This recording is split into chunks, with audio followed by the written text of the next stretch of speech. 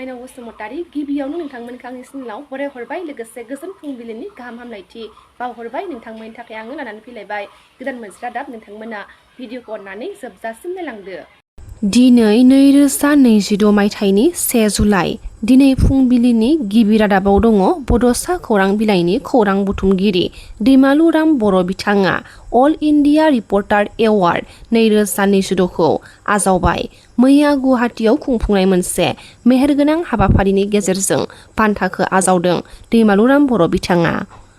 हातिगाव police बिफाना गुवाहाटी नोगोरमानि hotel crown प्लेसनिफ्राय 3 जुवा गेलेग्राफोरखौ हमदों। ताजनि जुवा गेलेग्रा हमजानायफोरानो जादों मयराबारिनि आब्दुल मुताबिल, लक्ष्मीनगरनि गियासुद्दिन आहमेद आरो हातिगावनि प्रगति पथनि आमिर आली होनना सिनायथि होदों। बिसोरनिफ्राय नोगोद 2.5 लाख रां, गंथाम मबाइल फन आरो मोन 8 खुलियै गोदान टाच पेकेटखौ मोननो हादों। बड'लेण्ड FC हानजाया 135थि दुरान्ड कापआव गेलेनो थाखाय साखाफारा जादों। गसाइगावनि श्रीरामपुराव मा 12 मैसोजों लोगोसे 2 ड्राइभारखौ खादों पुलिस बिफाना। खाजानाय ड्राइभार सानैनि मुङा जादों राफिकुल इस्लाम आरो मेहबुब आली। सानैनिबो न'आ बरपेटायाव होनना मिथिनो मोननाय जादों। मैसोखौ बिहारनिफ्राय बरपेटा फारसे लाबोगासिनो दङमोन। खौरां मोननाय बायदिब्ला AA01 UC 6739 नाम्बारनि गंसे गारिखौबो पुलिसआ जब्द खालामो। उदालगुरि जिल्लानि सिङाव थानाय रौतानि थाखाय गोजोनथाव खौरां। गोबां सानाय सुनायनि फाहामथाय आरो माखासे देहानि फाहामथाय होग्रा बड'लेण्ड थेरापि सेन्टारखौ उदालगुरि जिल्लानि रौता टाउनावबो नोंथांमोना मोननो हासिगोन। खौरां मोननाय बायदिब्ला फैगौ जुलाइ दाननि जोबथा सप्तानिफ्रायनो बड'लेण्ड थेरापि सेन्टारखौ बेखेवनाय जागोन। लतासेल पुलिसनि हानजाया गुवाहाटी नोगोरमानि खारघुलियाव सेबनानै गोबां बिबांनि सना मोननो हादों।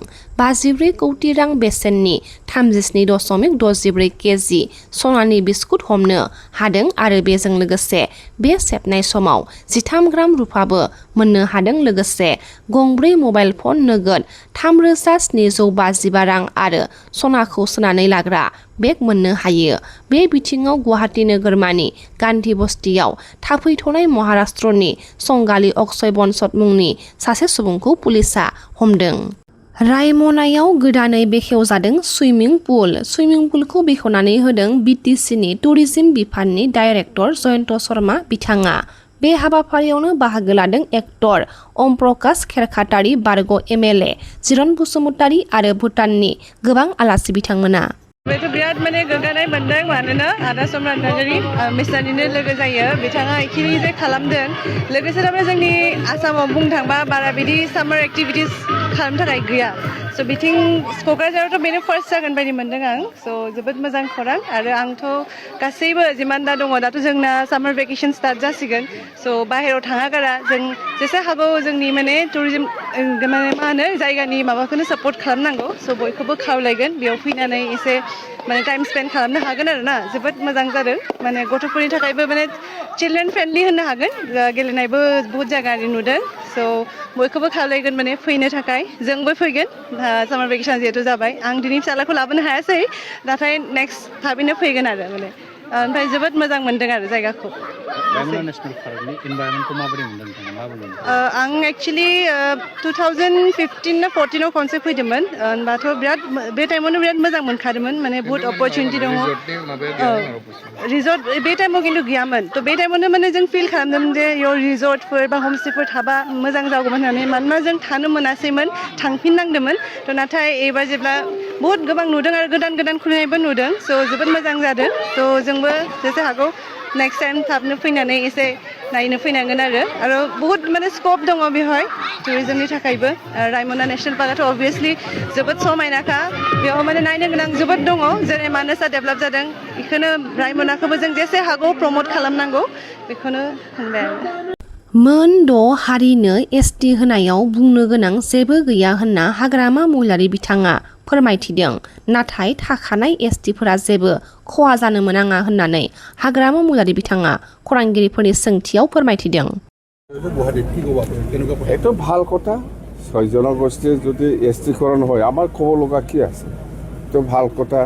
হোৱাটো আমি বিচাৰোঁ কিন্তু এক্সিষ্টিং ট্ৰাইবেলে একো ক্ষতি হ'ব নালাগে এইটোহে কথা চিৰাং জিলাৰ যিখিনি চৰকাৰী কাৰ্যালয় আছে বিষয়াসকল সময়মতে কাৰ্যালয়ত উপস্থিত নহয় এইটো মই যোৱাকালি বাক্সাটো মই গম পাইছোঁ চিৰাঙতো আজি এইখিনি ৰিপৰ্টটো মই পাইছোঁ এইটো ব্যৱস্থা ল'ব আপোনালোকে মনে মনে থাকক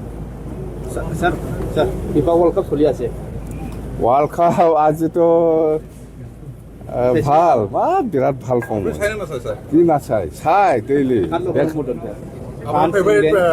দল কোনটো নাই এই বছৰত যিটো দেখিছোঁ মই আৰ্জেণ্টিনা ছেমি ফাইনেললৈকে যাব ফাইনেললৈকে নাযাব পাৰে কিন্তু ফ্ৰান্সে এইবাৰ উইনাৰ হোৱাটো খুব বেছি চান্স আছে বিৰোধীয়ে কৈ আছে যে আপোনালোকৰ যিবোৰ